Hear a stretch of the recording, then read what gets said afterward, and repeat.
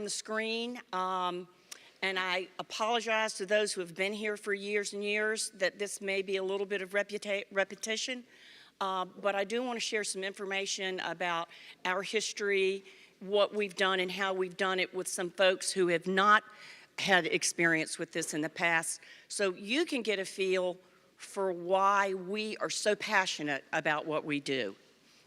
I think Allison explained pretty easily today that Room at the Inn is not just a Sardis. I forgot something. I'm sorry to interrupt you. And my friend Allison. I was just reminded, kids, 5th grade and younger, if you could stay in the room, or Amanda has a special activity and story that y'all are going to do that relates to today, but is a little bit different. If so, they're just going to go to the Children's Library just next door while we're doing the presentation. So at this time, if you want to do that, Amanda and her other adult volunteer, 5th grade and younger, you can go with Miss Amanda, and then you'll come back in to join your parents for the project, or you can stay here. Thank you. So sorry. That's okay. Start over. All right.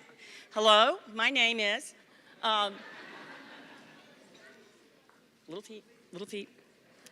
As Allison explained today in her message that Room in the Inn, and I'm going to call this RETI because I'll get tongue-tied saying Room in the Inn so many times.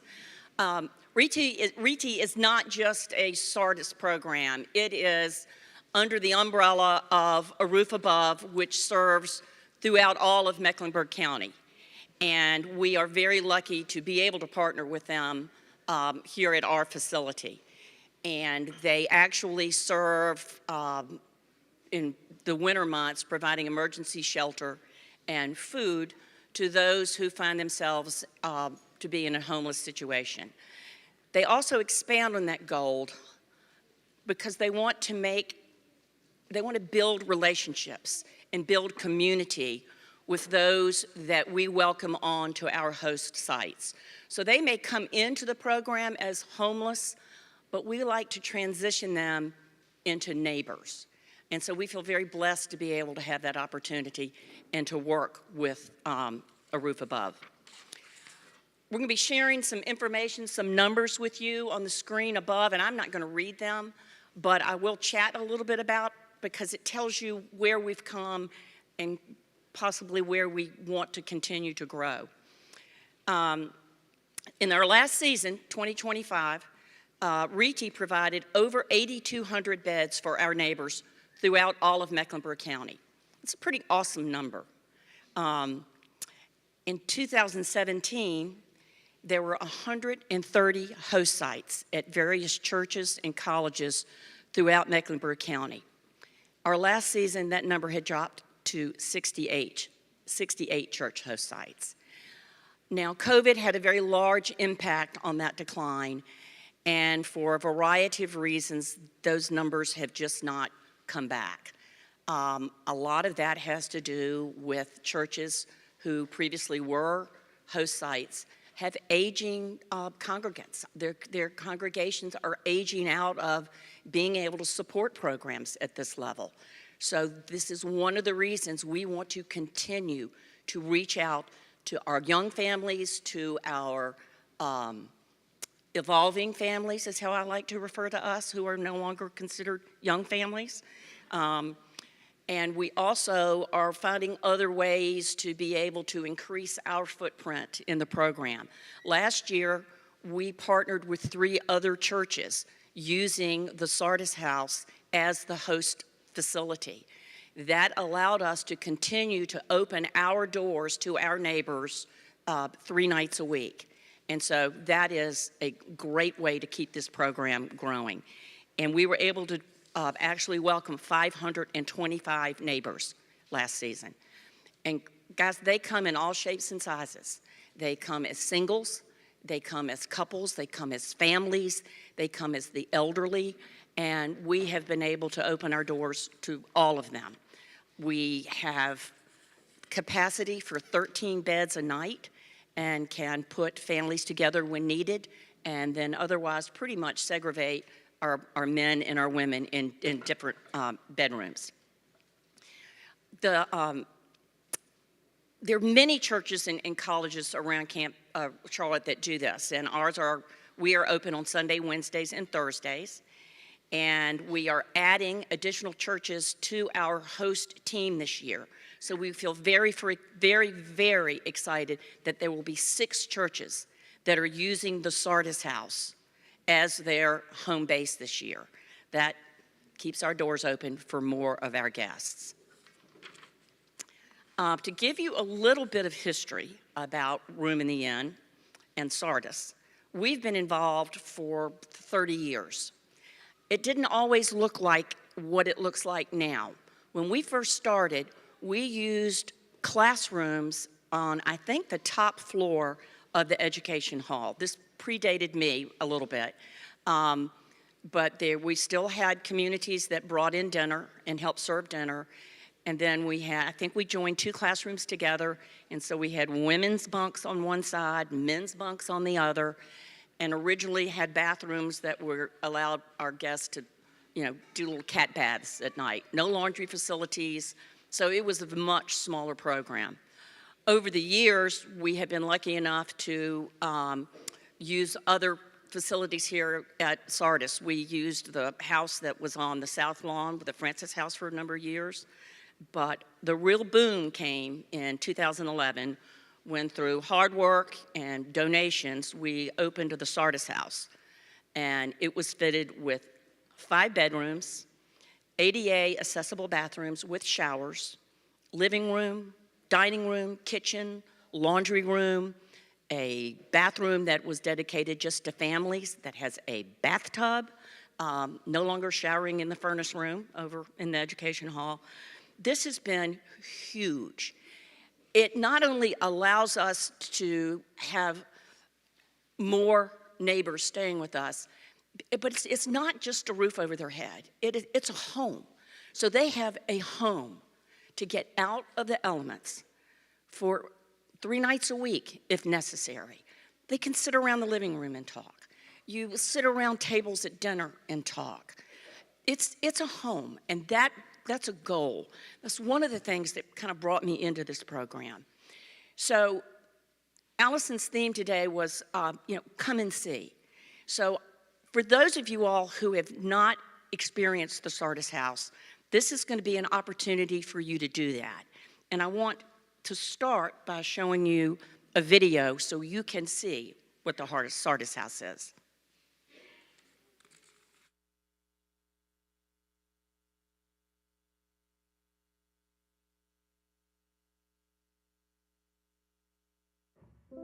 Many of you may have only seen the Sardis House from the outside, the brick and mortar and pavement. But what really is the Sardis House? It is a place of comfort. It is a place of sharing. It is a place of nurturing. It is a place of refuge. It is a place of spiritual growth. It is a place of community.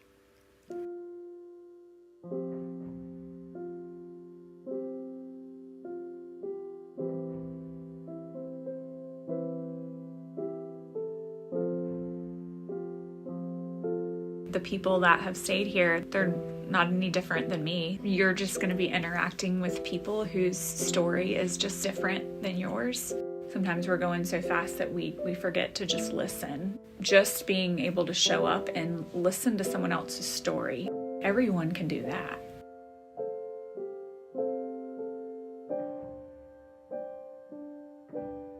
I mean, at first it was nothing more than going in and playing, but then what's evolved from it is some real growth for me.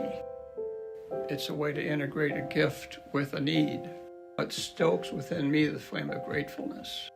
I think you become a little more vulnerable to their needs, and I think that's where I'm supposed to be.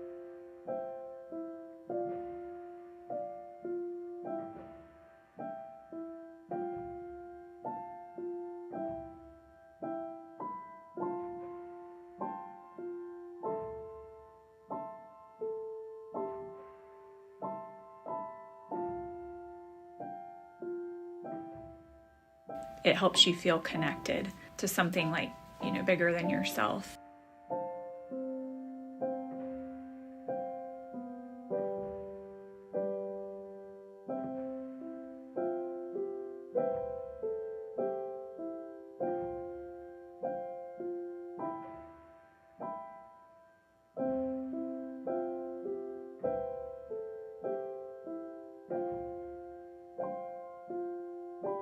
come and see the Sardis House.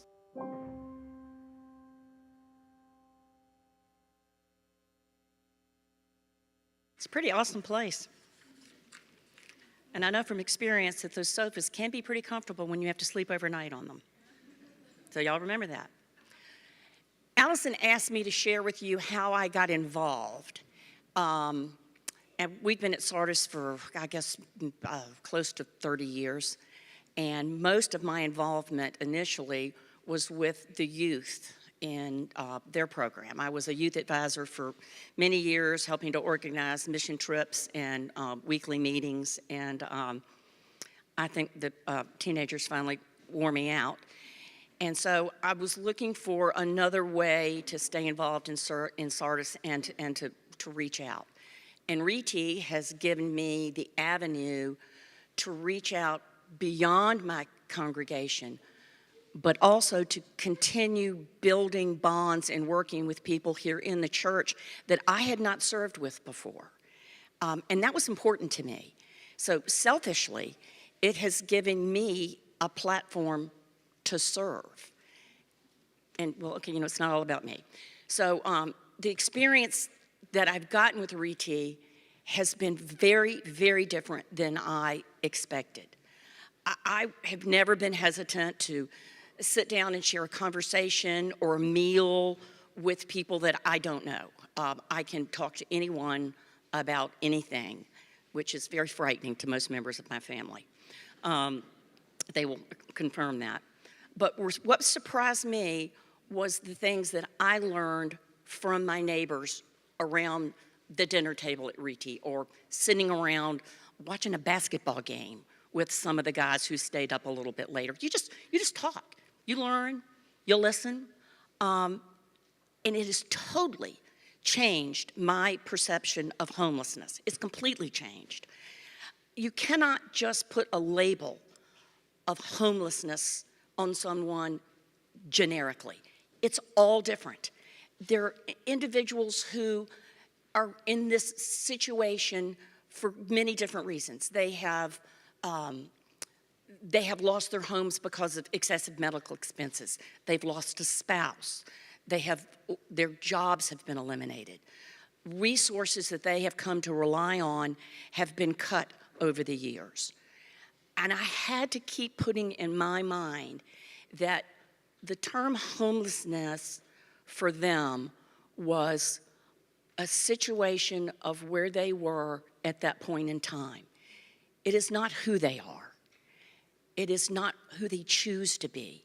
That's kind of where they are at a point in time. Many of these people have jobs that they go to every day. That's why we get them back uptown early in the morning so they can then go out and make money. Many of these people are well educated and are in between jobs and just need some help to bridge that gap and help them get back on their feet. We are able to do that. I've been able to see that happen and just listen to them and talk about how important what we have done for them has helped them to make the next step. And then they, in turn, and this is something else that really surprised me, to see how our neighbors support each other when they are here. Because some of them, we have repeat guests because everyone loves to come to Sardis when they're in this situation because we're really good at this. And so you see some of the neighbors who have formed bonds with others, and they come back and share their stories about, since I was here last time, I've been able to do X, Y, and Z. So to see them supporting each other, building each other up, listening to each other's stories, and just providing comfort and sharing God's word together to support each other, I never expected to see that. And they're all so very appreciative of what we as a community have done for them. When they leave in the morning, they're lining up to get on the bus. I will tell you, almost each and every one of them will look at you, look in the eye, and say, "Thank you, God bless." Didn't expect that. I tear up every morning when I have trouble with this. So this is I'm just speaking from personal experience, why I am so passionate about this program. And why I like to bring people together to hear about the story, because you can make a difference. And there are so many different ways that you can do that. So for those of you who have not experienced Room in the Inn, I hope this gives you a glimpse of how you can make a difference for our neighbors. But also, you're going to see how they change you and how the feeling that you get from them. And for me, that's very selfish, and that's one of the reasons I keep coming back. So now you're going to say, okay, what can I do? How can I make a difference? What happens next? How can I come and see? Well, there's a lot of ways for you to do that. We're going to show you some volunteer opportunities up here. And you don't have to be a church member to do this. You can bring a friend with you. I have 2 ladies from my book club who are coming tonight to help serve dinner because it's an opportunity for them to serve. There are roles up here that you can do behind the scenes. You can help make lunches, you can make a bed, you can sort laundry.